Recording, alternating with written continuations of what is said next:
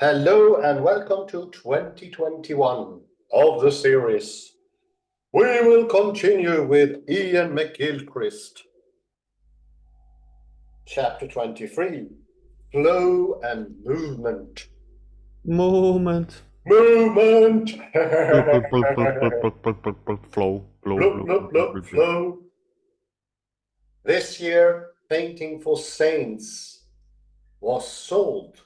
It's a painting.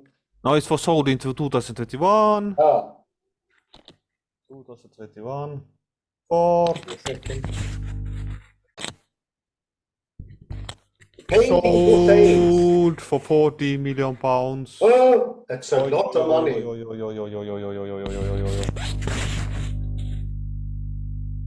It's an incredible amount of money. Yes, this is the painting. I wish I had them.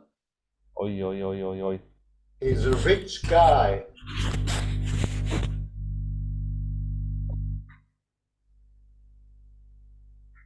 Tribute to healthcare workers.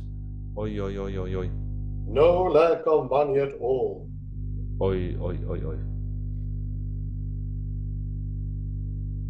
And we will continue on page 967. Flow and movement. And last time we got into that resistance is a sine qua non. You need resistance. Something that is a difficulty, an opposing thing. Without oppositions, there is no flow, there is no permanence. There is no thing at all. Because what the thing is this movement.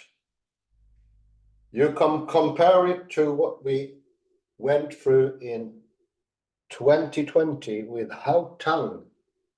Proprioception is the lack or before you have an obstacle. You need the obstacle in form of an opposition object that you get in the transitive stage. And as we mentioned earlier, the resistance is often inherent.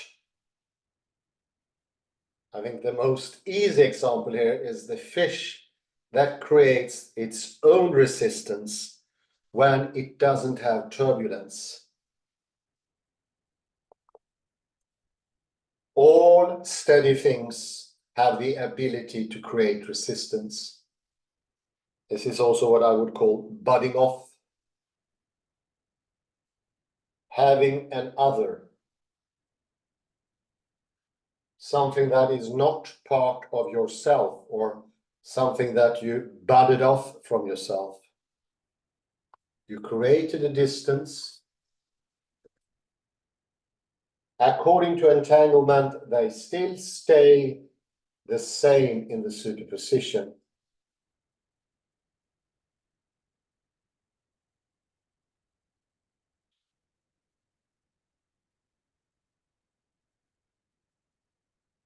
And shelling has it's most beautiful. I really like the description of shelling, page 967.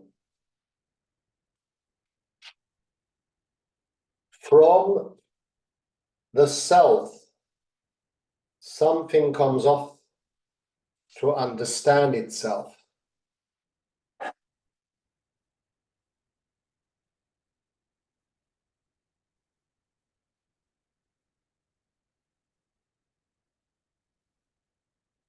The Weltseele, the world soul itself, does not know what is to come.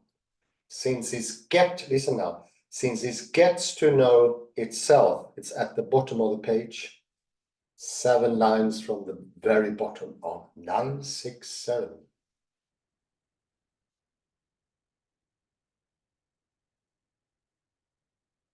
The Weltseele, the world soul itself, does not know what is to come, since it gets to know itself only through the process of creation And listen now, this is so good, it's exactly quantum mechanics, whereby simultaneously it, that is the subject, and the world come into being together. The world being the object, the other, that takes the position in the transitive formation, the other. Not again as two distinct events just happening to happen simultaneously,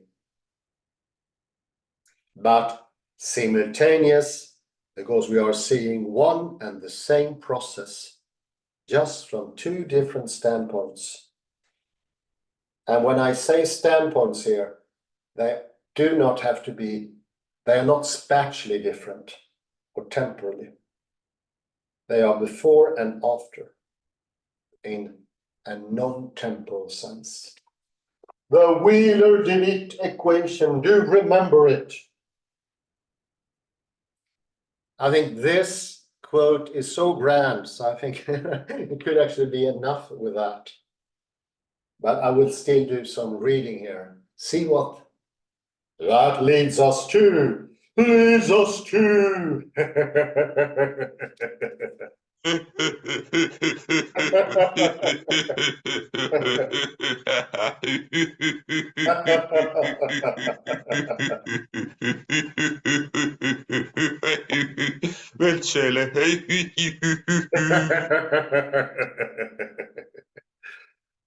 Let's now turn briefly to look at the nature of the two great exemplars of flow, music and water. Through them, at what in Chinese is discovered everywhere in the cosmos, the principle of flow known as Li. Li, Li.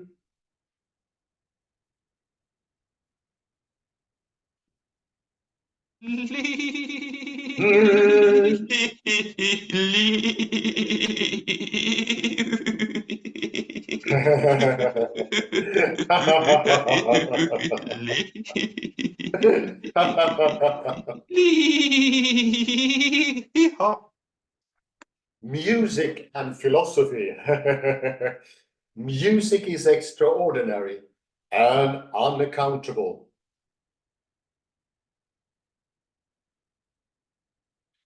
Of music, the philosopher Joseph Pieper wrote,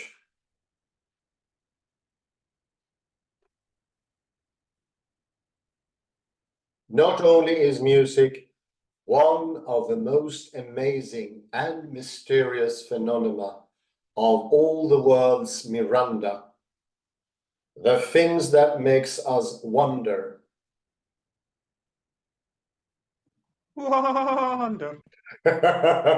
Wonder. And therefore the formal subject of any philosopher, the formal subject.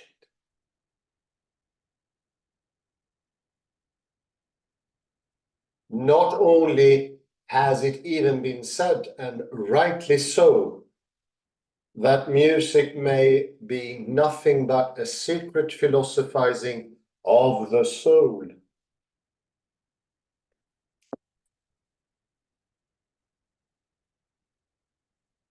Of the soul. Yet with the soul entirely oblivious that philosophy, in fact, is happening here. The simultaneity we mentioned earlier. It's both here and not here. It is togetherness, but separatedness as well. Both in one go.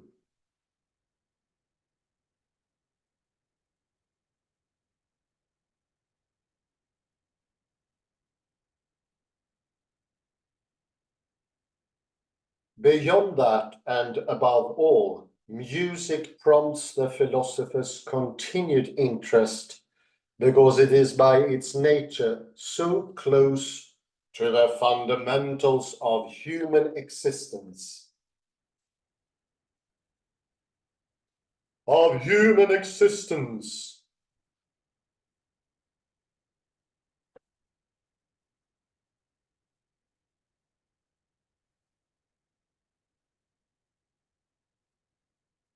To the fundamentals of human existence.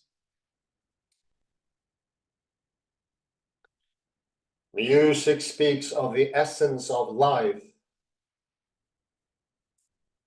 where the other arts speak only of the shadow, thought Schopenhauer. Shadow. No, shadow. Shadow. Schopenhauer. Shadow.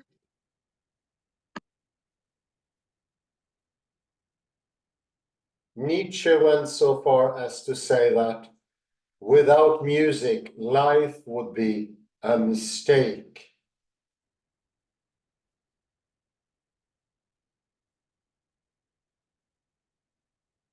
And he continued, Germans even think of God as singing Lieder. Leader. Leader. Leader.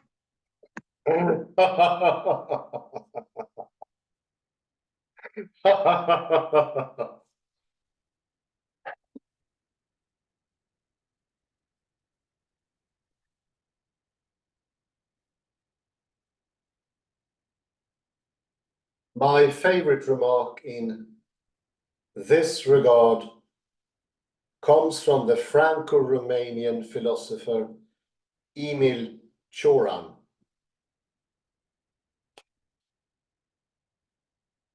whose general outlook on life can be inferred by the astute from the title of one of his better known books.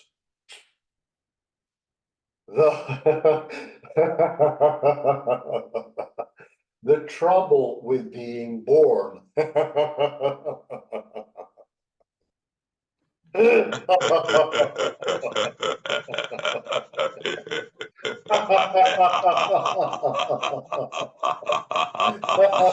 trouble being born. The trouble with being born.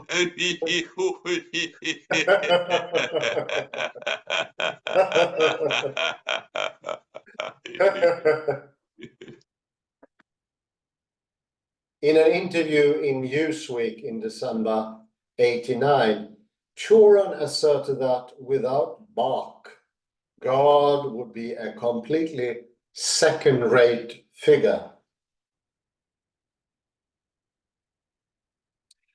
And that Bach's music is the only argument proving the creation of the universe cannot be regarded as a complete failure.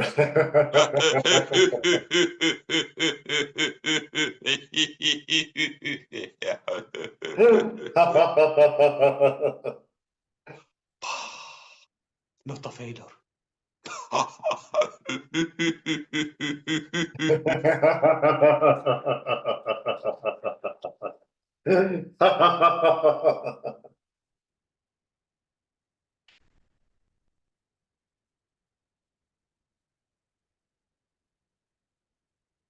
Music deals with that realm of experience of such vital importance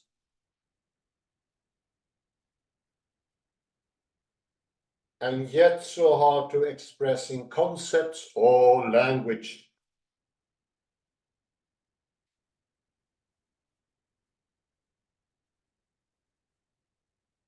Which would and should be the proper object of philosophy if philosophy were only capable of dealing with it.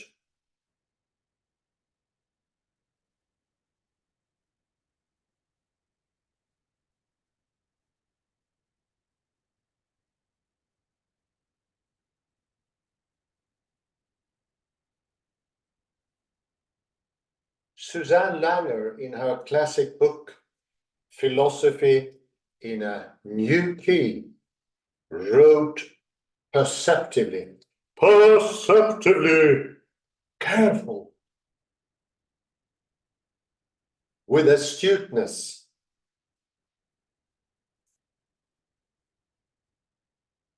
There are certain aspects of the so-called inner life, physical or mental, which have formal properties similar to those of music. Patterns of motion and rest, of tension and release, of agreement and disagreement.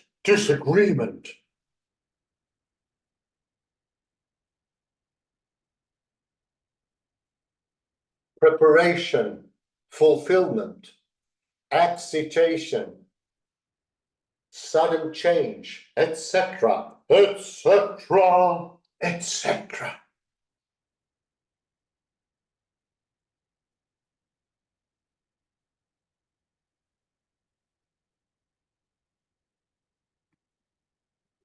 Note that she emphasizes dynamic elements,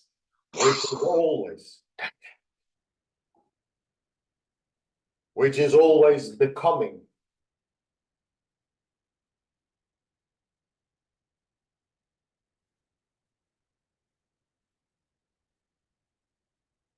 Where analytic philosophy accentuates always the static, what has become.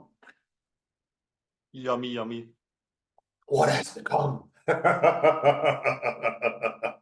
What has become? What has become?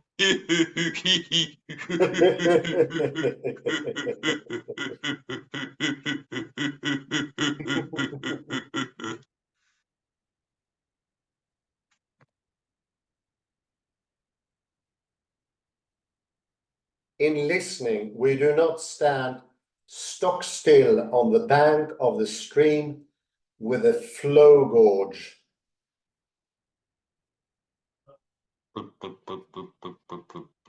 And a clipboard in hand, but move together with and entrained by the flow. By the flow.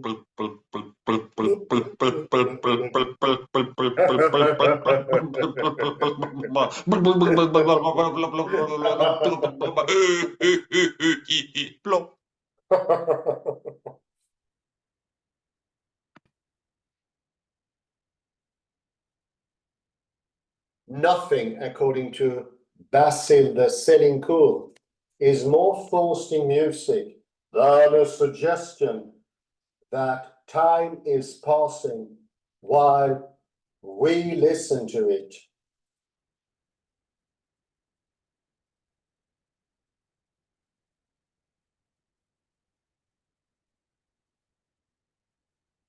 Our own continuity must be lost in that of the sound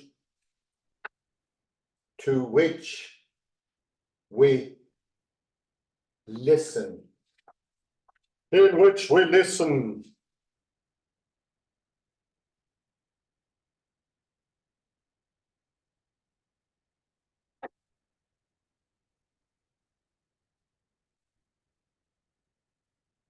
We are carried with and in the flow that is both ourselves and the music at once. At once.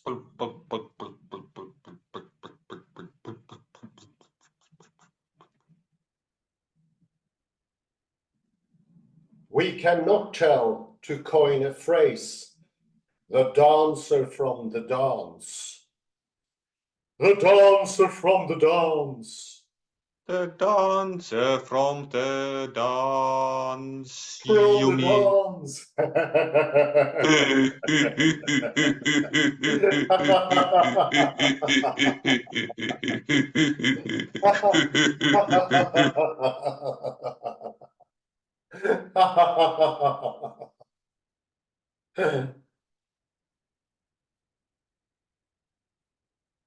What music is able to do is to express persistence in a changing flow,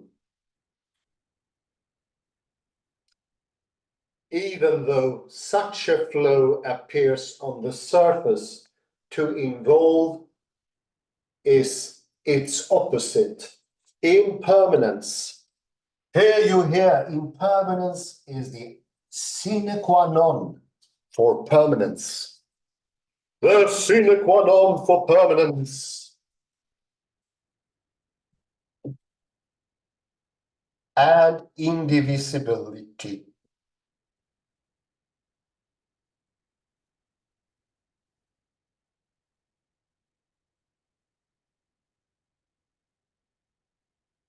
The continuity of change.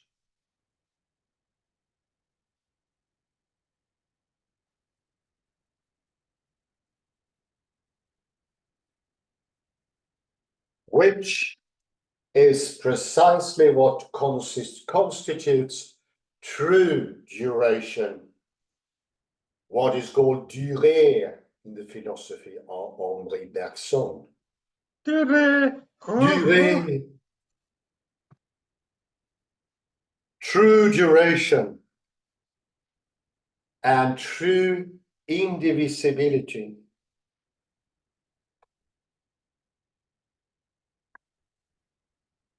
Of this, Langer writes,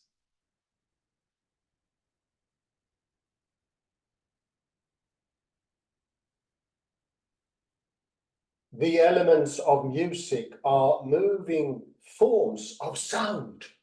Moving forms of sound. But in their motion, nothing is removed.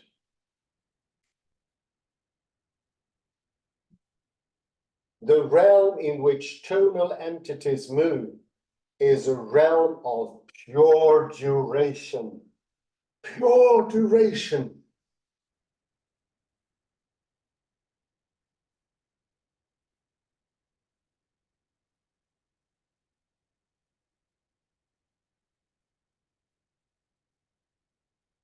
It is not a period, 10 minutes or half an hour, some fraction of a day, but is something radically different from the time in which our public and practical life proceeds.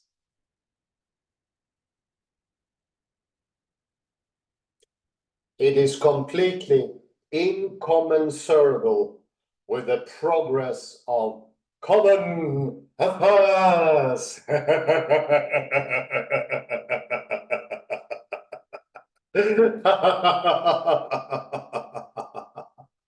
Common affairs. Such passage is measurable only in terms of sensibilities, tensions, and emotions, and it has not merely a different measure, but an altogether different structure from practical or scientific time.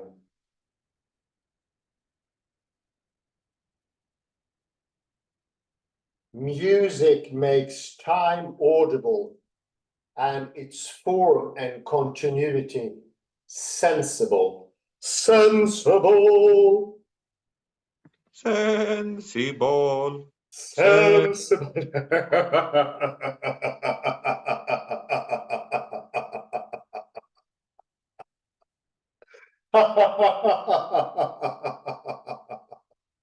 Sensible.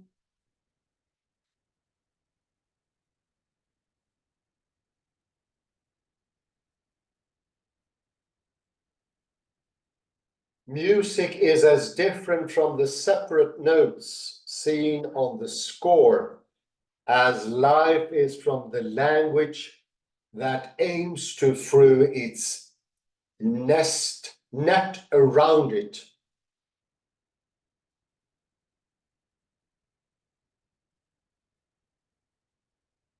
when, in Robert Graves' phrase, the cool web of language winds us in. As an aside, score-dependent musicians rely more on the left hemisphere, improving musicians on the right hemisphere.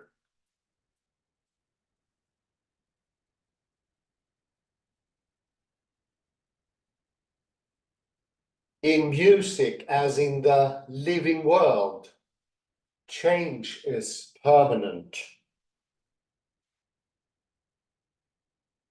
Stasis is transitory. Listen to that.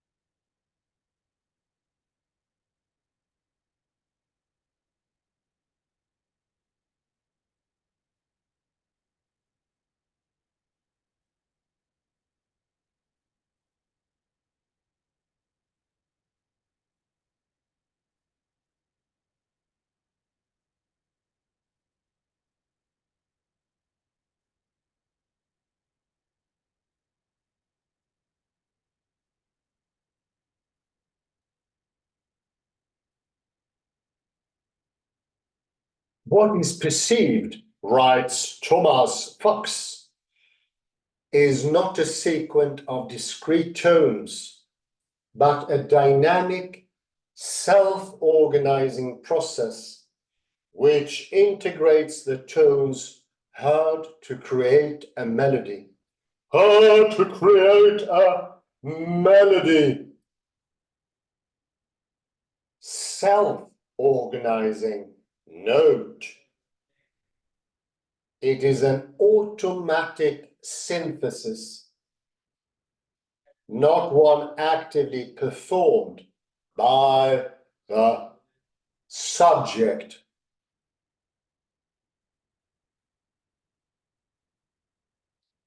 In other words, we have to escape the effortful sense of constructing something if we are to allow a flow simply to be.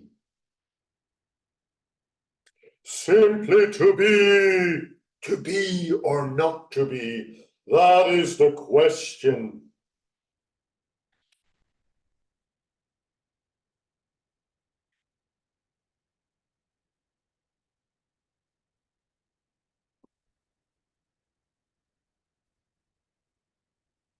There must not be two elements here, but one.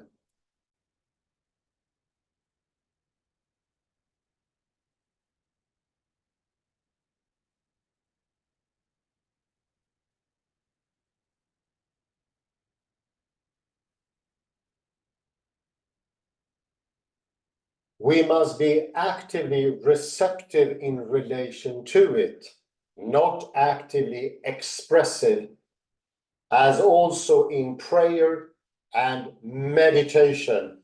Prayer and meditation. Prayer and meditation.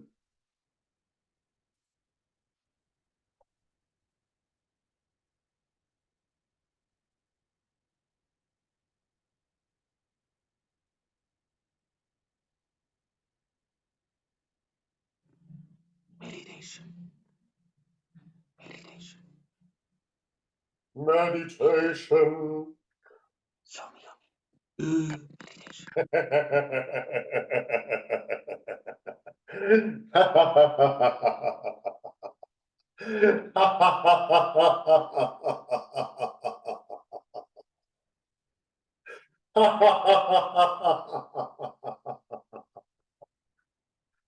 Prayer and meditation.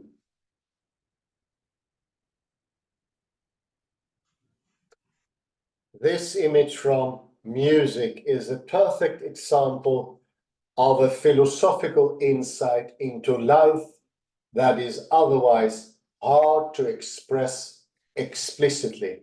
Explicitly.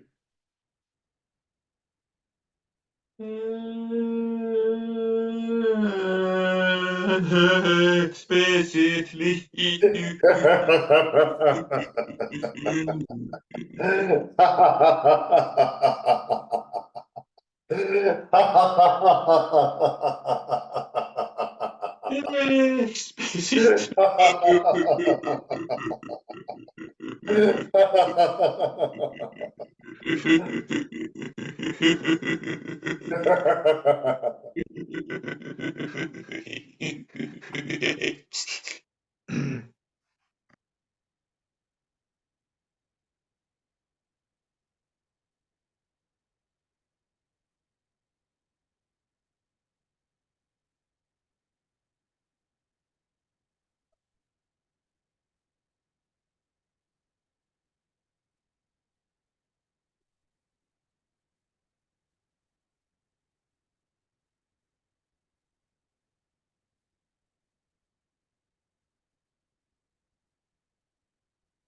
And Fuchs sees that our lives as social beings must belong to something that is best expressed as a dance or a piece of music. If we are to enmesh, engage, and connect, to connect.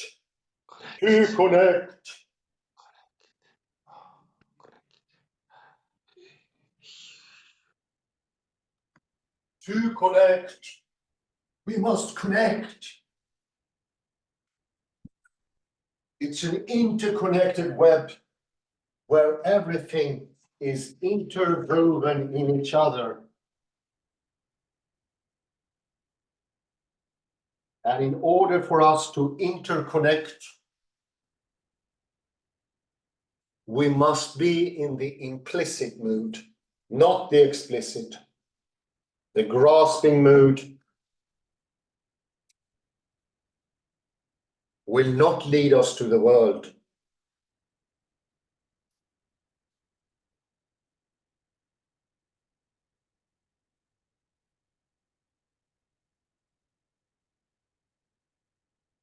It is a procedural knowledge in the sense of being accessible only in contact with others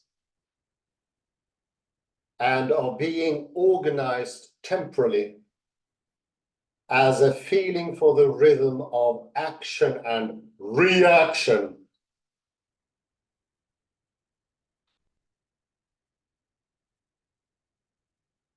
For the crescendo and decrescendo of a sequence of behavior, for the dancing steps of the interaction, the dancing steps, top, top, top, tip, tip, tap. Tok, tok, tok, tip, tip, tango, tango, tango, tango.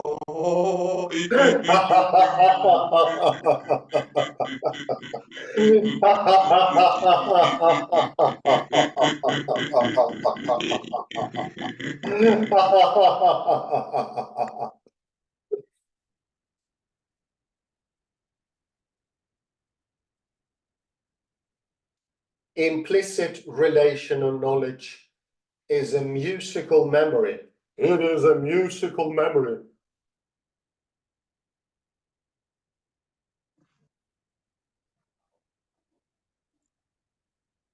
One is able to hear the undertones, the music that plays inaudibly in the interaction with the other.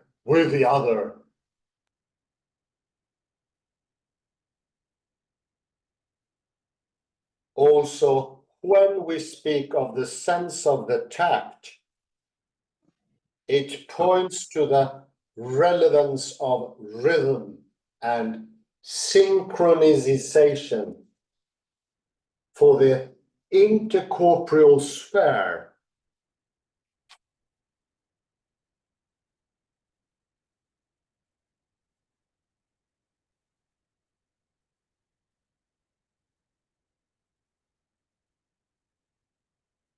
Common sense is also a feeling for the proper timing. The proper timing.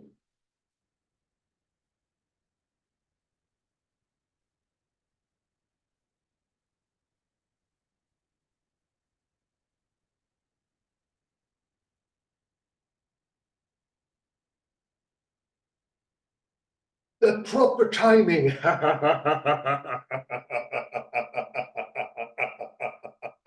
The proper timing. How grand. I came to a realization.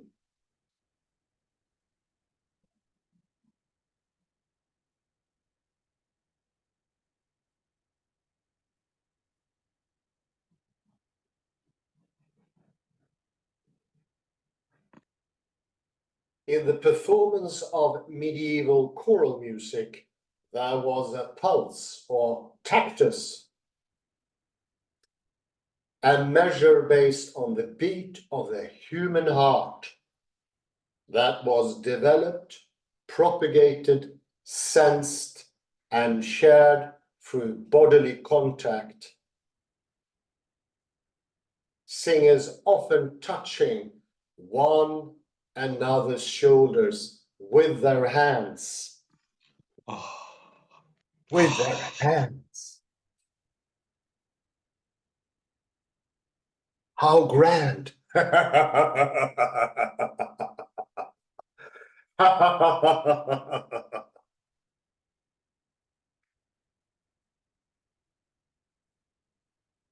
Single pulses appear to interrupt flow, having the nature of points.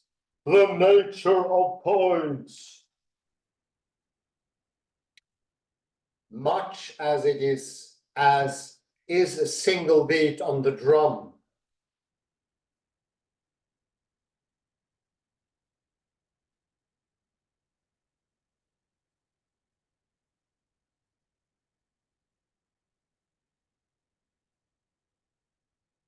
It is perhaps not accidental that the potentially disjunctive element in music, rhythm, is underwritten commonly by the left hemisphere. By the left hemisphere.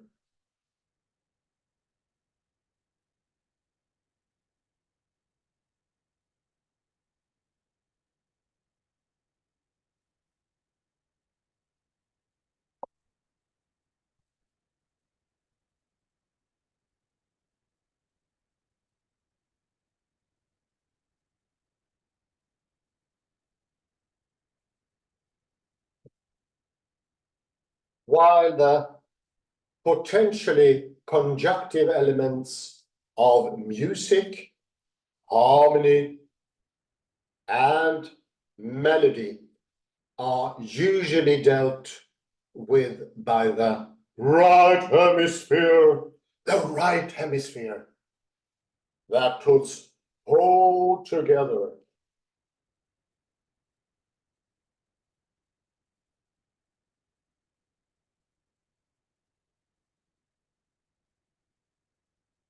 The whole is put together here, put together here.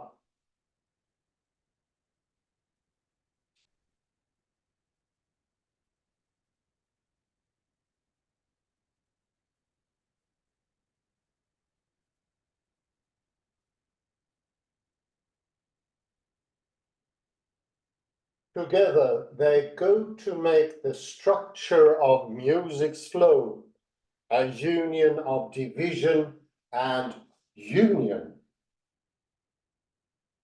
However, within this flow, rhythm is wholly transformed and, listen now, becomes itself a unifying force.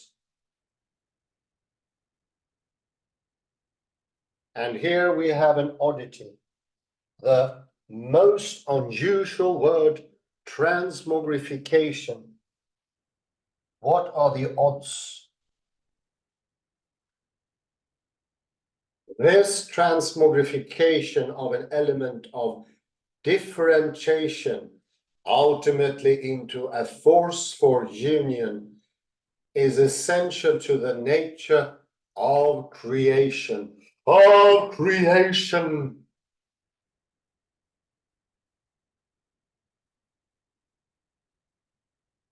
To quote Dewey, individuality is a phase, though a decisive and outstanding one,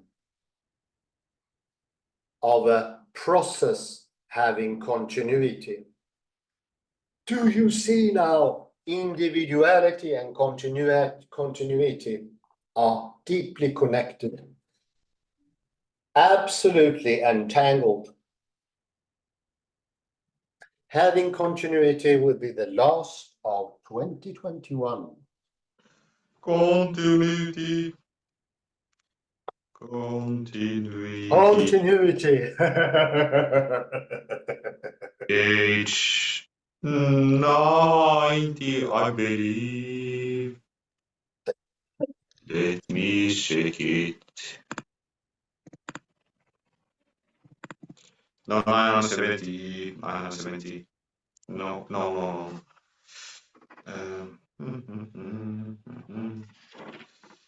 Wrong page. 970. Continuity. 2021.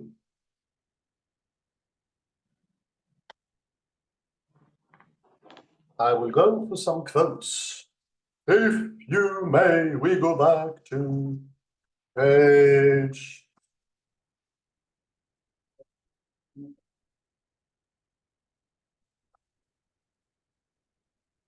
967.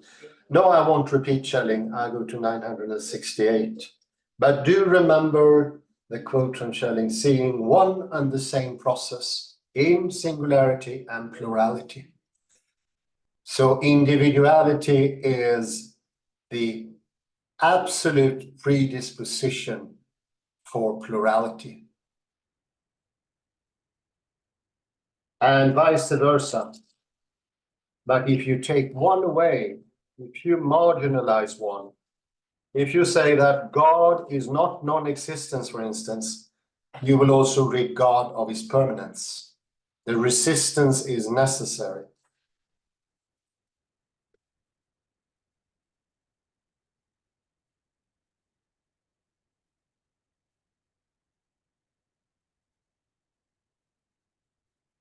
In the page 968, 968. We go to the, oh God, small paragraphs is here. At the beginning, 1, 2, 3, 4 paragraphs down. The beginning of 968.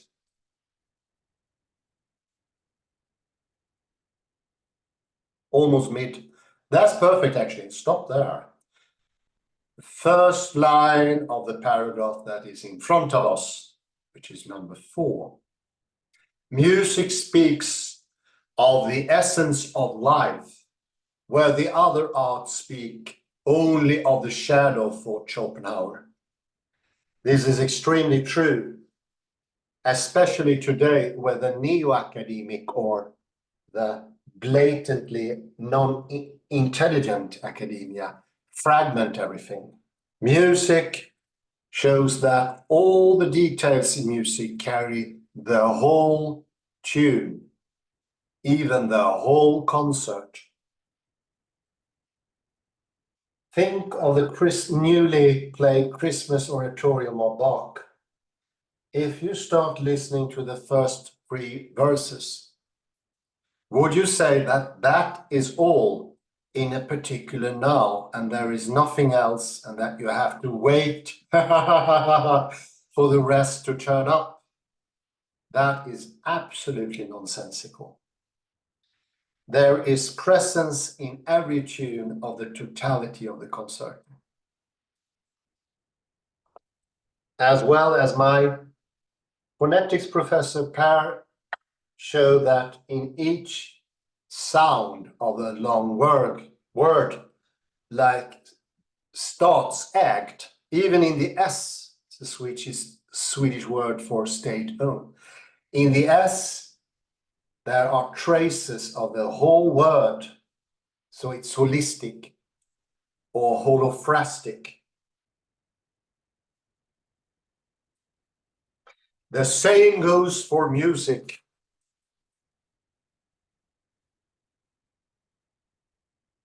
At the penultimate paragraph, if you go down,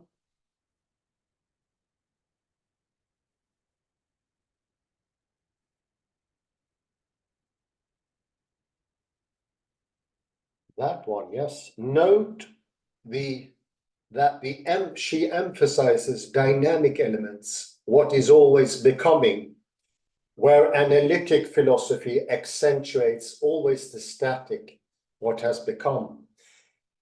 And also remember, analytic philosophy is neo-academia today, almost without exceptions.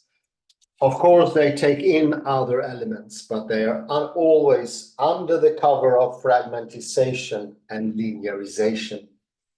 Here, we talk about dynamic elements that can be permanent and also have an indivisibility, as we can see on page 969. 969 is also an anagram that had that oddity that even if you turn it upside down,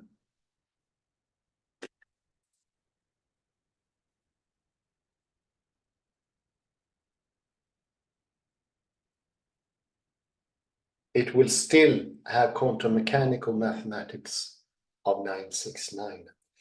Listen to this, the second paragraph.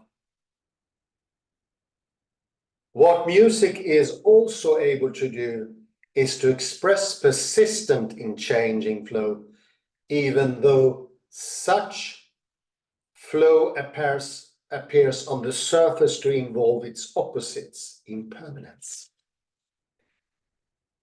Without impermanence, without non-existence, we cannot have permanence, and we cannot have indivisibility without the popping or the budding out of an object from the subject. Even though separately it feels like the object is non-permanent, and also that the subject is non-permanent. But it is the two together that makes it. It's the complementarity. They are complementary. It is the continuity of change. If you remember, Susie Froebel spoke about time. Continuous time is a fractal time that in every instance, which is an extension over past and present, has as ingredients all of future and all of the past.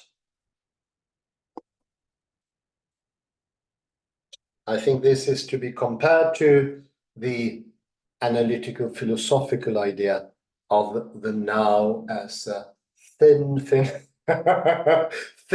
line that changes continuously, where you can never catch the now. And all things are either dead in the past or potential in the future.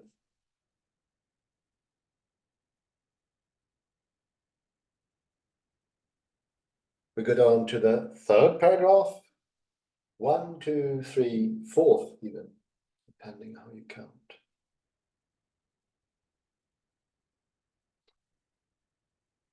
Plop, plop, plop, plop, plop, plop. Plop, plop, plop, plop. We go down even a bit more, please. Plop, could you plop down a Yes. bit? Plop, plop. There, perfect. There we have it. In music, as in the living world, change is permanent. Oh, State is transitory. So the only permanence is change. Remember the river, the lovely depiction of Heraclitus.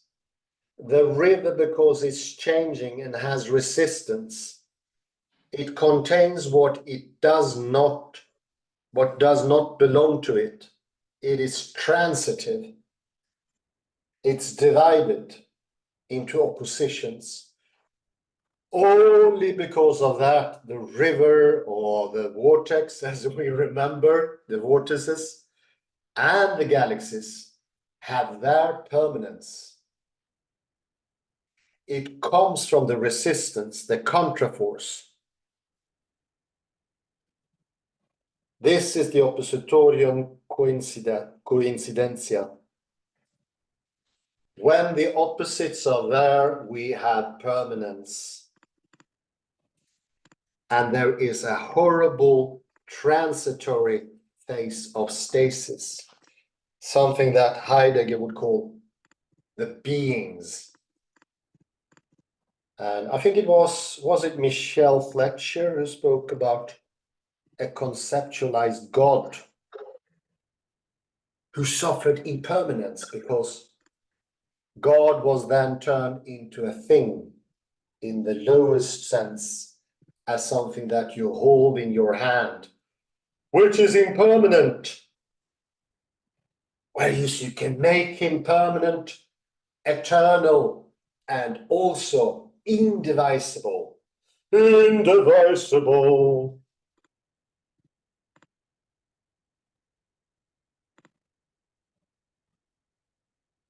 If you go down on the same page, we have a bit of advice here, which is seldom in the page.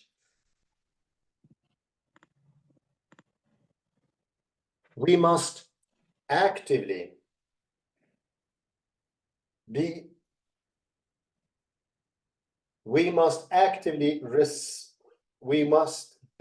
actively receptive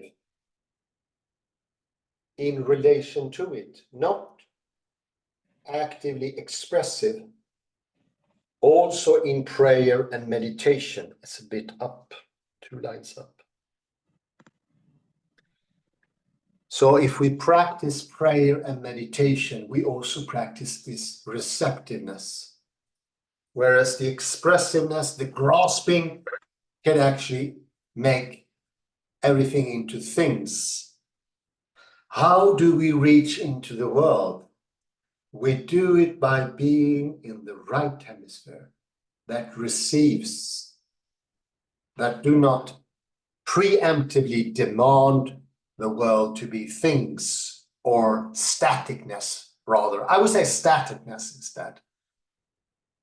That attitude of the mind demands stasis, but the receptive mind, a mind in flow, that is caused and helped by resistance, has a whole dimension of other ways of reaching out into the flow.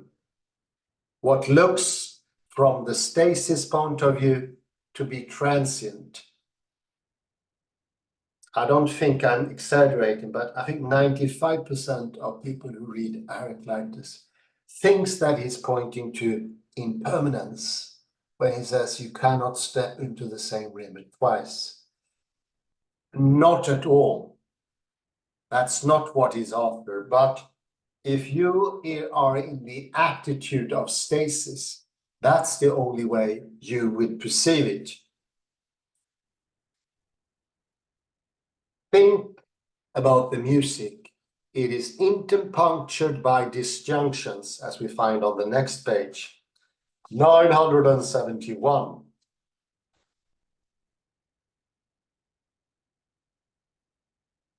No, we didn't go that far. It is 970, sorry. The disjunctive elements in music, rhythm, is underwritten commonly by the left hemisphere.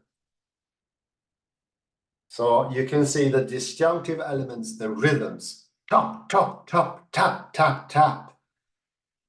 That is pretty close to a particle or a static point.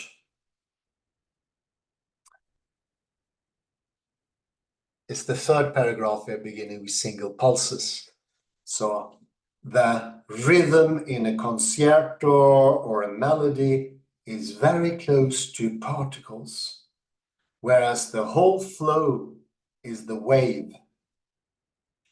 They are both needed, whereas the particle is, here it comes, it is transient. The wave is uninterrupted. And as it says, it transmogrifies. What's the chances of using that unusual word? I don't know. But it's the same one I used for talking about the donut going into the coffee cup. It becomes a unifying force.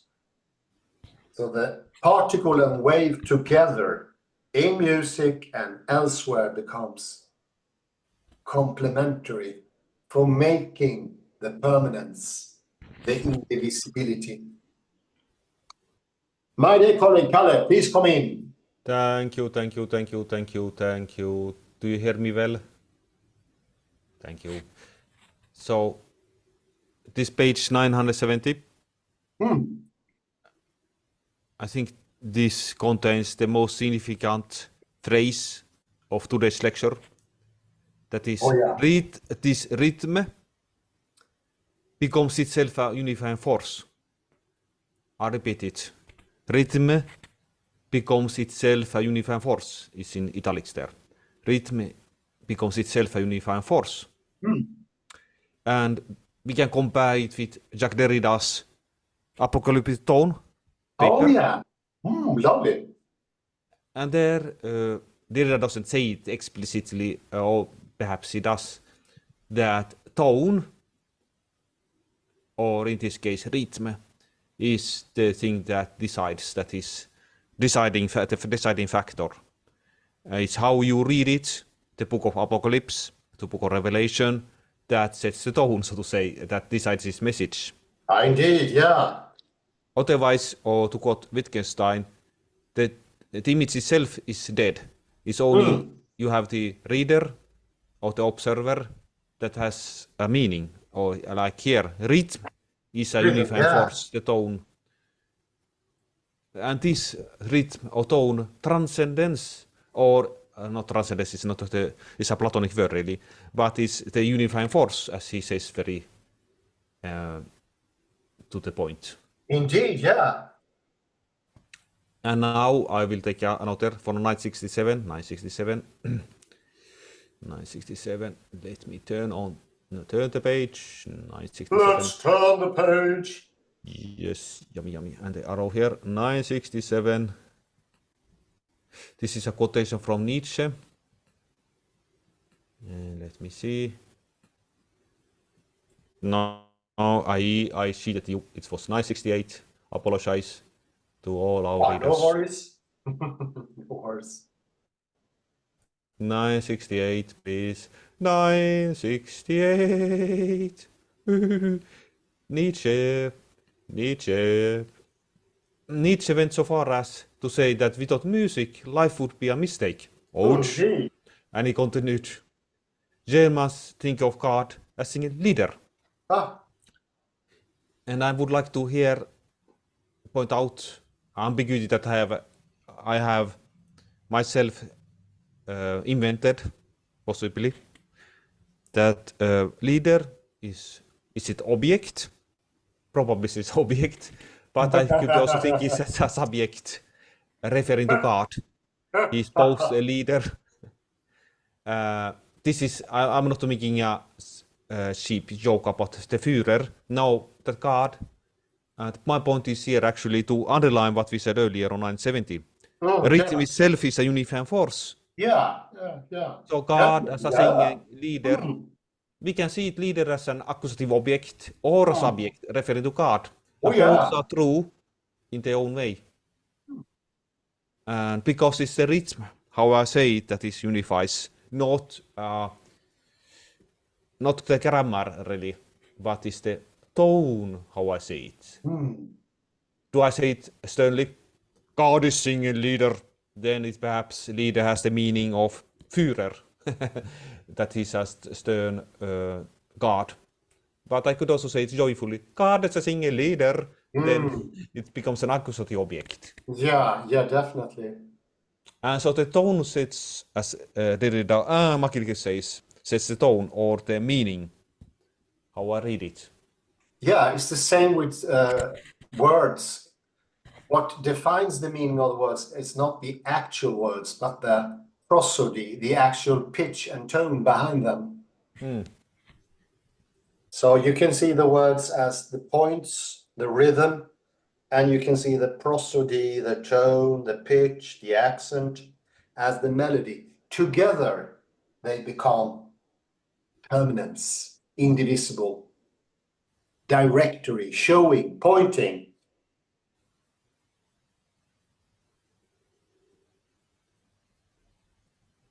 Indeed. Let's end there. Yeah, thank you very much for God, a today. single leader. I love that. God as a singer. Isn't that fantastic, Kalle? Rhythm and melody together. Thank you very much, Kalle Lundahl. Enjoy your day. Thank you for comments. Thank you, everyone, for passing by. Have a beautiful morning, day, or afternoon. Bye-bye for now.